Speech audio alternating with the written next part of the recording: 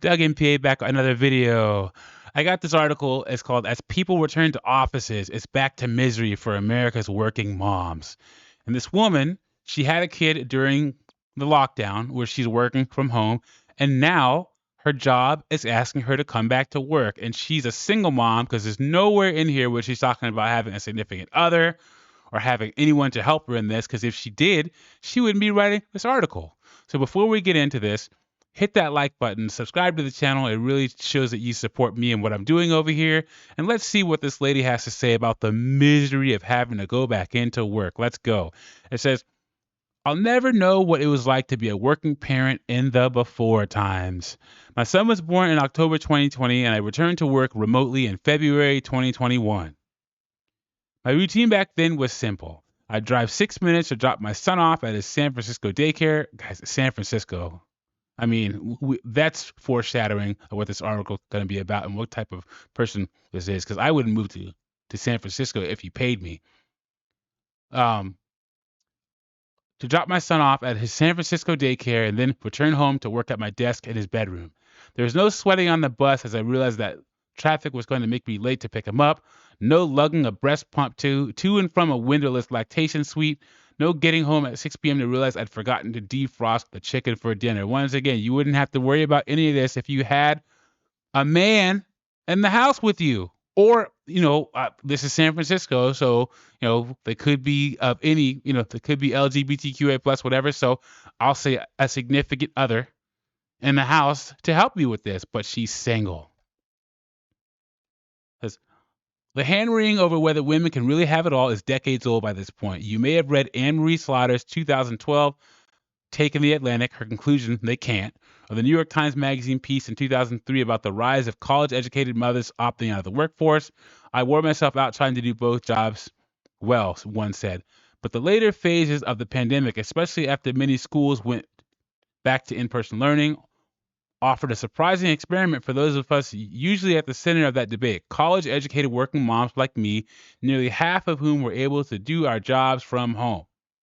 Without the burden of a commute, we did our jobs, took care of our kids, and sometimes even got to exercise.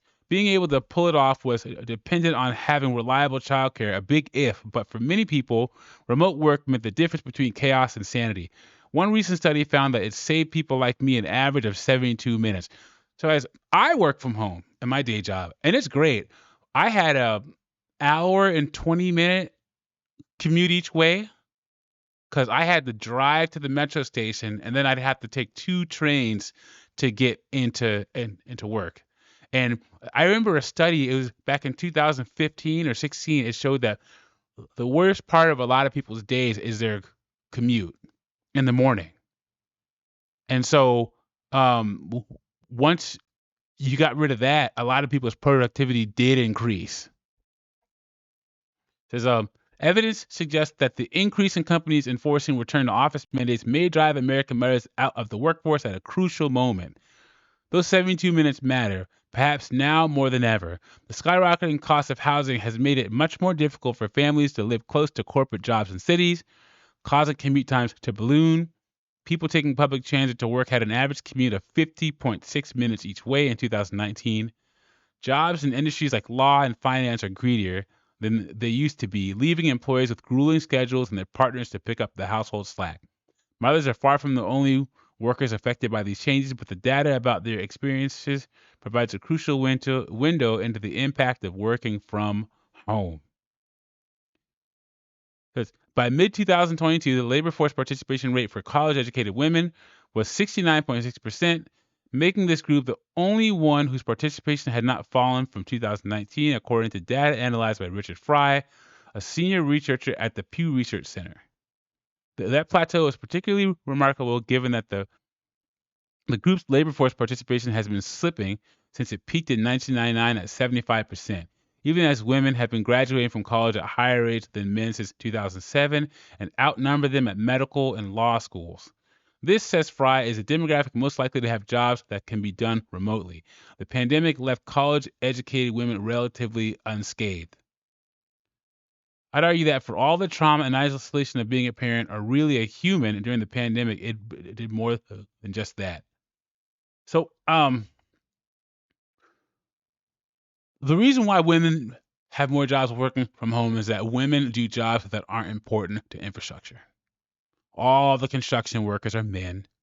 Most of the essential workers outside of healthcare are men. The delivery people, the construction workers, the plumbers, all men. So, and then I prescribe to women are going to college more than men, but they're getting degrees and stuff that nobody cares about. Only 9.5% of STEM students are women. So companies have had to make billion-dollar industries around women getting these degrees. That's where diversity inclusion initiatives come from, and that's why the HR department at your work has so many women in it, and that's why these jobs get gutted when there's a recession, kind of like there is going on right now. Just, I've talked to women who could hide their pregnant bellies from their coworkers, who wondered if their promotions might not have happened had bosses known sooner that they'd be out for maternity leave. Women who had morning sickness and could puke in the comfort of their own bathrooms. Women who didn't have to decline meetings that began at 4:30, worried about the complicated math of train times and daycare pickup. Working from home, in short, allowed them to hide the evidence of the competing priority that is motherhood, which of course was good for their careers. In fact, there are now actually more college-educated women in the workforce than there are college-educated men, according to Fry. 31.3 million women, a 7.5% jump from 2019 compared to 30.5 million men. But let's see what degrees these women are getting the degrees in, and how much student loan debt they're going to have. So many of these women have toddlers and young children, according to work by Claudia Golden, a Harvard economist. Working at home may have opened doors and increased options for them, she wrote in a 2022 paper. About 78.2% of female college graduates aged 25 to 34 who had children participated in the labor force in the fall of 2021, she found, compared to 77.2% in the fall of 2018. There was even a mini baby boom among college-educated women ages 30 to 34 during the pandemic, the first reversal in declining U.S. fertility rates since 2007. Researchers say the flexibility of remote work for this demographic may have contributed. So, and I think that a big part of it is women were locked in and couldn't do their hot girl summers, couldn't take their vacations, and they looked around and said, dang, I don't have anything here with me. I'm not a mom. I want to be a mom. So I'm going to go become one. And so let's see how that pans out in the next 10 years. It says, a law firm associate in Chicago who had a baby during the pandemic told me that she got 3 bonuses during the pandemic because of how much she got done while working remotely, and her experience is borne out by data showing that people are productive at home. So I can agree. I've noticed more productivity at my day job since everyone went remote. But if my job made me come in, I'd just do it. I wouldn't complain, because men, we just don't complain like that. So it's kind of a double-edged sword, because I benefit from the resistance of women wanting to go, not wanting to go into work, because I don't want to go into work. But if they made me go in, I would.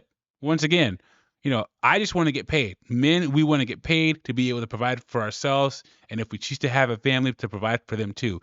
Women have this myth of having to love their job and flexible work schedules and stuff. Comment below. Tell me what you think about this. Is there remote work at your job? Are you more productive since they implemented remote work? Let me know. Like, subscribe, and I'll catch you on the next one.